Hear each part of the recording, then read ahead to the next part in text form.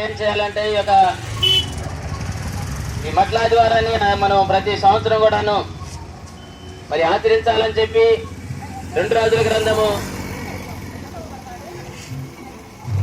19వ అధ్యాయము 21 నుంచి 22 వచనాల్లో మనం చూసినట్లయితే ప్రతి సంవత్సరం కూడాను వారు యూదుల రాజుని మరి ఎలాగా ఆరాధించారో మనం చూస్తున్నాం. ఆ విధంగానే మనం కూడాను దేవుని ఆరాధించాలనే విషయాన్ని గ్రంథం ద్వారా తెలియజేస్తున్నది. మత్తయి సువార్త 21వ అధ్యాయంలో కూడాను, అలాగే సువార్త 4లో కూడాను, 4 సువార్తలో కూడాను ప్రభువైన యేసుక్రీస్తు వారు జీవోత్సాహాలతో యెరూషలేముకు వెళ్ళినట్లుగా మనం చూస్తున్నాం ప్రభునందు ప్రియులారా. కాబట్టి ఆ విషయాన్ని మనం ఎల్లప్పుడూ కూడాను మరి మనం ఈ లోకంలో జీవించినంత కాలము ప్రభు అయిన యేసుక్రీస్తు వారిని మనం ఆరాధించి ఆయన ఎంతో స్తుతించి విరిగినలిగిన హృదయంతో మనం ఆరాధించవలసిన వారున్నాం. అక్కడ చూసినట్టు గొర్రె పిల్లని వారు మరి దేవునికి సమర్పించుకున్నట్లుగా మనం చూస్తున్నాం. అలాగే మనం కూడా మన జీవితాన్ని ప్రభువు సమర్పించుకొని జీవించేటువంటి వారుగా మనం ఉండాలని లేఖన భాగాన్ని బట్టి మనకు అర్థం అవుతున్నది. మరి వారికి ఉన్నటువంటి మరి ఆ గాడిదని యేసు ప్రభు కొరకు వారు అంకితం చేసినప్పుడు మన జీవితాన్ని ప్రభు కొరకు అంకితం చేసేటువంటి బిడ్డలుగా మనం జీవించాలనే విషయాన్ని మనం గమనించవలసిన వారున్నాం. మరి ఏమి ఇస్తున్నాం మన ప్రభుకి? ఆయన మన కొరకు చేసిన త్యాగాన్ని. ఆయన ఎందుకు యెరూషలేము వెళ్తున్నాడు అంటే, యెరూషలేము ఆ యొక్క విగ్రహారాధన చేత నింపబడింది కనుక, ఆ విగ్రహారాధన నింపబడినటువంటి ఆ యొక్క దేశాన్ని ఇతర రాజులు పరిపాలిస్తున్నారు గనక దేవుడు ఆ విషయంలో ఆయన ఏడుస్తూ ఉన్నాడు. ఎందుకంటే ప్రభునందు ప్రియులారా, మొన్నటిదాకా యూదులు పరిపాలించినప్పుడు దేవుని ఆచరణ ప్రకారంగా దేవుని ఆజ్ఞ ప్రకారం జీవించారు.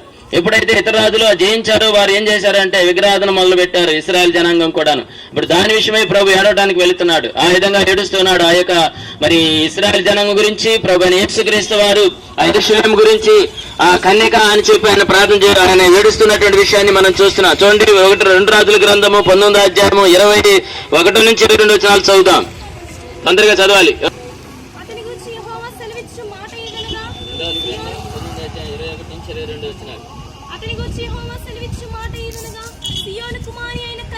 సియోను కుమారి అయిన కన్యక నిన్ను దూషణ చేయుచున్నది, నిన్ను అపహాస్యము చేయుచున్నది.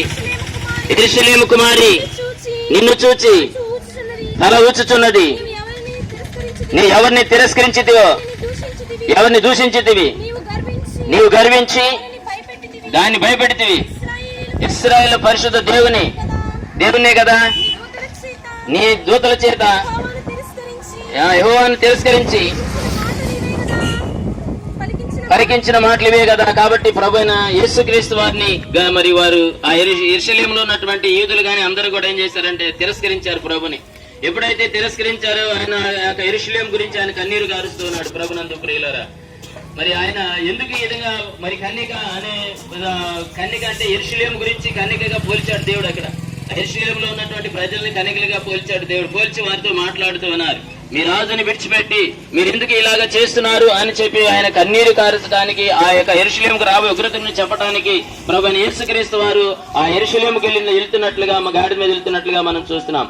మన ప్రభు గాడిద ఎందుకు ధరించుకున్నాడు అంటే, గాడిద మీద ఎందుకు వాహనమై వెళ్ళాడంటే, ఆ మరి గాడిద అయితేనేమో సమాధాన గుర్తుగా కనపడుతున్నది, గుర్రం అయితే ఆ యుద్ధానికి సూచనగా కనపడుతుంది. గుర్రం కానివ్వండి, రథాలు కానివ్వండి, ఏనుగులు కానివ్వండి, ఒంటలు కానీ ఏదికి వెళ్ళినా కూడాను వారందరూ కూడా అనుకుంటారు యుద్ధానికి వస్తున్నారు అనుకుంటారు. అదే గాడిద మీద సమాధానానికి వస్తున్నారని సెలవిస్తున్నారు. కాబట్టి ఇర్మీయా గ్రంథము మరి 13వ అధ్యాయం 17వ వచనం చూస్తే ఆ యెరూషలేము గురించి ఆయన చాటును ఏడుస్తున్నట్లుగా మనం చూస్తుంటాం. చూడండి, ఇర్మీయా గ్రంథము 13వ అధ్యాయము 13వ అధ్యాయము 17వ వచనం.